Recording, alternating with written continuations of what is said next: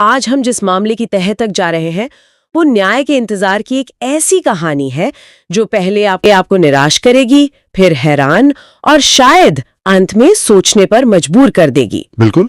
सोचिए, एक परिवार है जिसमें 4 छोटे बच्चे हैं। उनकी मां नूतन देवी की एक पुलिस की गाड़ी से हुए हादसे में मौत हो जाती है। अदालत परिवार को मुआवजा देने का आदेश देती है। 1 महीना बीतता है, फिर 1 साल, फिर 2 साल, लेकिन उस परिवार तक 1 रुपया नहीं पहुंचता। और वजह वही पुरानी के मुआवजे के पैसे सरकारी फाइलों के लैबरंथ में कहीं खो गए हैं। और जब निचली अदालत का एक जज इस देरी के लिए जिम्मेदार अफसरों पर सख्ती करने की कोशिश करता है तो कहानी एक ऐसा मोड़ लेती है जिसकी किसी को उम्मीद नहीं थी। हाँ, ये मामला सिर्फ अफसरों और जज का नहीं रहता, बल्कि न्याय के मंदिर के भीतर ही 2 जजों के बीच टकराव की वजह बन जाता है। बिल्कुल, ये मामला सिर्फ मुआवजे में हुई देरी की कहानी नहीं है। ये इस सवाल की पड़ताल है कि जब सिस्टम खुद अपने रास्ते में खड़ा हो जाए तो आम इंसान का न्याय कहाँ जाता है। सही बात है। यह हमें दिखाता है कि न्याय देने की जिद और व्यवस्था को बनाए रखने की जिम्मेदारी के बीच एक बहुत महीन रेखा होती है, और पटना उच्च न्यायालय का यह फैसला उसी महीन रेखा पर चलने की एक कोशिश है, जो हमें कानून के राज और न्यायिक अनुशासन यानी जुडिशियल डिसिप्लिन के असली मतलब समझाता है। हाँ। तो चलिए इस पूरे मामले को शुरू से समझते हैं। ये सब शुरू हुआ 18 अगस्त 2023 को। बेगूसराय के मोटर एक्सीडेंट क्लेम्स ट्रिब्यूनल ने एक फैसला सुनाया। जी, नूतन देवी के परिवार को 11,61,318 रुपए और उस पर 6% ब्याज के साथ मुआवजा देने का आदेश हुआ था। और आदेश में साफ साफ लिखा था कि बेगूसराय के जिलाधिकारी, ये मतलब डीएम, और पुलिस अधीक्षक यानी एसपी को 1 महीने के अंदर ये रकम देनी है। यहां एक जरूरी बात समझनी होगी। मुआवजे की देनदारी तो बिहार सरकार की थी, लेकिन भुगतान हो ये पक्का करने की जिम्मेदारी जिले के इन 2 सबसे बड़े अधिकारियों को दी गई थी। ये तो एक स्टैंडर्ड प्रोसीजर है। बिल्कुल, लेकिन जैसा कि अक्सर होता है, आदेश तो दे दिया गया पर उस पर अमल नहीं हुआ। 1 महीना, 2 महीने और फिर 2 साल गुजर गए और परिवार बस इंतजार ही करता रहा। और वजह क्या बताई गई? वही जो हम अक्सर सुनते हैं कि राज्य सरकार से फंड ही रिलीज नहीं हुआ है। तो परिवार के पास क्या रास्ता बचा? उन्हें फिर से अदालत का दरवाजा खटखटाना पड़ा। हाँ, और इसी को कहते हैं एग्जीक्यूशन केस दायर करना। पीड़ित परिवार को अदालत के फैसले को लागू करवाने के लिए फिर से अदालत जाना पड़ा। और इस कागजी लड़ाई में वो परिवार पिस रहा था जो पहले ही एक सदस्य को खो चुका था। बिल्कुल। तो अब फैसले को लागू करवाने वाली अदालत, जिसे हम एग्जीक्यूटिंग कोर्ट कहेंगे, ने कार्रवाई शुरू की। अदालत ने बार बार डीएम और एसपी को नोटिस भेजे, जवाब मांगे, लेकिन उनकी तरफ से पूरी तरह खामोशी थी। 10 जुलाई 2025 को अदालत ने फिर जवाब तलब किया, कोई जवाब नहीं आया। आमतौर पर ऐसे में अदालत और सख्ती करती, लेकिन यहाँ कहानी ने एक ऐसा मोड़ लिया जिसकी किसी को उम्मीद नहीं थी। 23 सितंबर 2025 को एग्जीक्यूटिंग कोर्ट के जज ने अपने आदेश में एक ऐसी बात लिखी जो किसी धमाके से कम नहीं थी। जूनियर जज अपने ही जिले के सबसे सीनियर जज पर यह आरोप लगा रहा है कि वो न्याय प्रक्रिया में दखल दे रहे हैं और एक ताकतवर अफसर को बचाने की कोशिश कर रहे हैं। बिल्कुल। इस एक घटना ने पूरे मामले को मुआवजे की लड़ाई से कहीं ज्यादा बड़ा बना दिया। ये अब कार्यपालिका बनाम न्यायपालिका का टकराव नहीं रहा, ये न्यायपालिका के भीतर का टकराव बन गया। हाँ, इस घटना के बाद एग्जीक्यूटिंग कोर्ट के जज ने डीएम और एसपी के रवैये को अदालत की सीधी अवमानना मानते हुए उनके खिलाफ कार्रवाई के लिए हाईकोर्ट को सिफारिश भेज दी। तो अब गेंद हाईकोर्ट के पाले में थी। जी, लेकिन इससे पहले कि हाईकोर्ट कुछ करता, जिले में ही एक और बड़ा मोड़ आया। जी, 15 नवंबर 2025 को जिले के सबसे बड़े जज यानी पीडीजे ने एक आदेश जारी किया। क्या था उस आदेश में?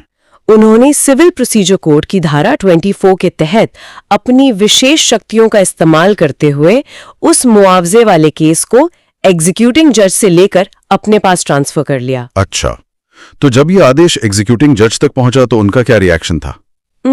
उनका सब्र जवाब दे गया। उन्होंने अपने जवाबी आदेश में बहुत सख्त भाषा का इस्तेमाल किया। उन्होंने लिखा कि ये फैसला जल्दबाजी में, बिना रिकॉर्ड देखे और सिर्फ उन 2 अधिकारियों को अवमानना की कार्रवाई से बचाने के लिए लिया गया है। बिल्कुल। उन्होंने ये भी लिखा कि इस तरह के कदम से जूनियर जजों का मनोबल गिरता है। क्या इसका मतलब ये है कि वो भविष्य में ताकतवर अफसरों या नेताओं के खिलाफ फैसले देने से डरेंगे? ठीक यही मतलब है। इसका मतलब है एक चिलिंग इफेक्ट।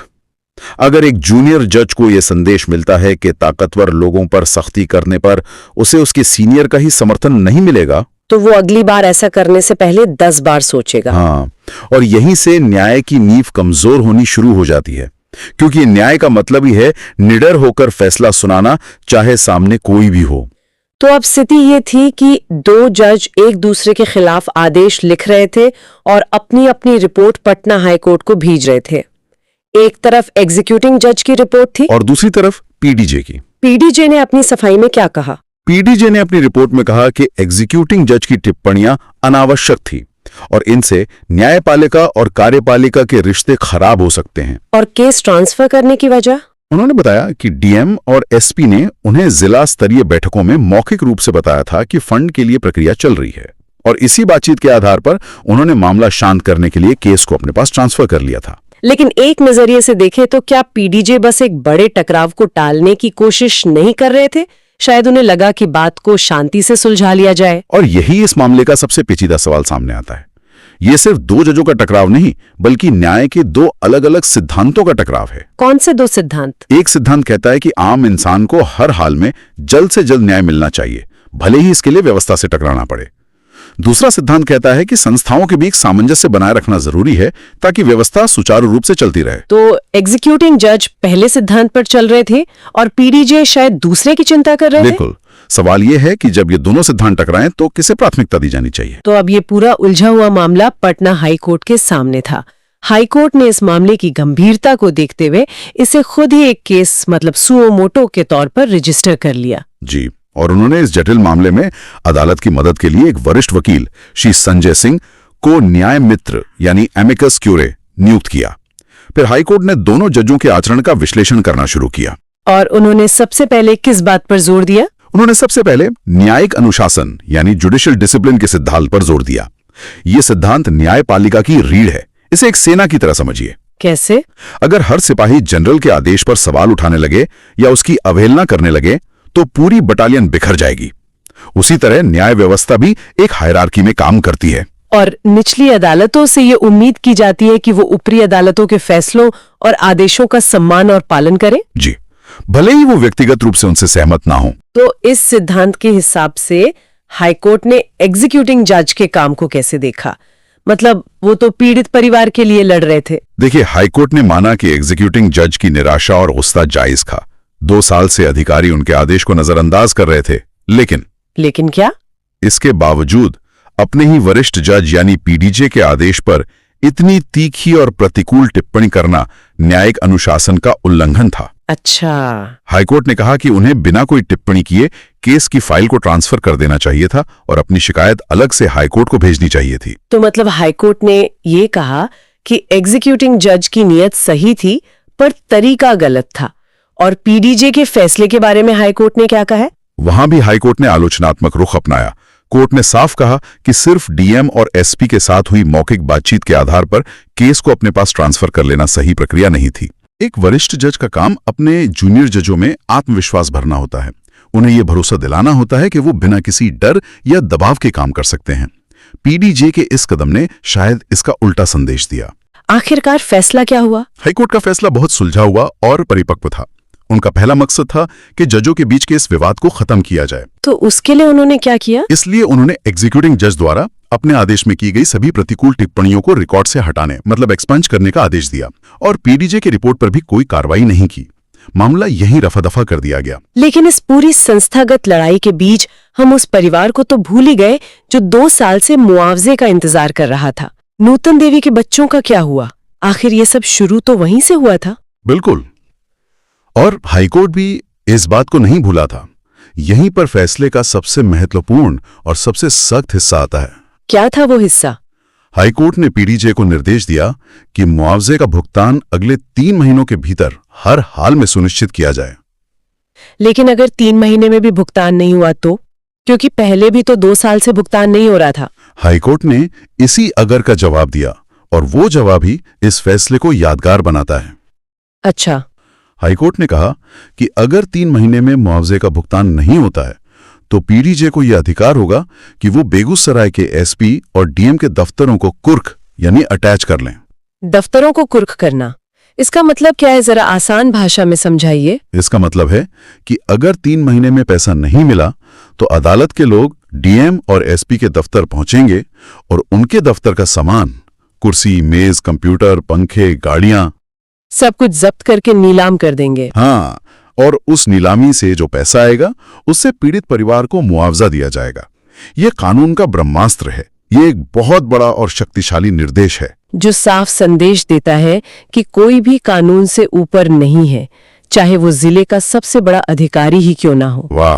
तो ये कहानी जो एक परिवार के मुआवजे के इंतजार से शुरू हुई थी, वो हमें व्यवस्था के भीतर के टकराव, न्यायिक अनुशासन के दोहरे पहलुओं और आखिरकार कानून के राज की असली ताकत तक ले गई। बिल्कुल। और अंत में हाईकोर्ट ने न्याय मित्र श्री संजय सिंह की इस बात के लिए सराहना की कि उन्होंने टकराव नहीं, सहयोग का रास्ता अपनाने की सलाह दी थी। हाँ, क्योंकि न्याय व्यवस्था का अंतिम लक्ष्य टकराव पैदा करना नहीं, बल्कि समाधान देना है। सही बात है। यह फैसला दिखाता है कि व्यवस्था के भीतर अनुशासन बनाए रखना जरूरी है, लेकिन यह अनुशासन आम आदमी को न्याय दिलाने के रास्ते में रुकावट नहीं बनना चाहिए। और जब जरूरत पड़े तो न्यायपालिका को अपनी ताकत का इस्तेमाल करने से हिचकना भी नहीं चाहिए। और यहीं पर हम आज की इस चर्चा को एक सवाल के साथ छोड़ते हैं। सवाल यह है कि जब लोकतंत्र के स्तंभ जैसे कार्यपालिका और न्यायपालिका के बीच तनाव पैदा होता है, तो संस्थागत सामंजस्य बनाए रखने और एक आम नागरिक के प्रति न्याय की तत्काल जरूरत को पूरा करने के बीच का नाजुक संतुलन कैसे साधा जाए? क्या सिस्टम को बचाने के लिए कभी-कभी न्याय में देरी को स्वीकार किया जा सकता है? या फिर एक व्यक्ति को न्याय दिलाना हमेशा सिस्टम की चिंताओं से ऊपर होना चाहिए? ये सवाल इस केस में तो सुलझ गया, लेकिन हमारी व्यवस्था में बार बार उठता रहेगा।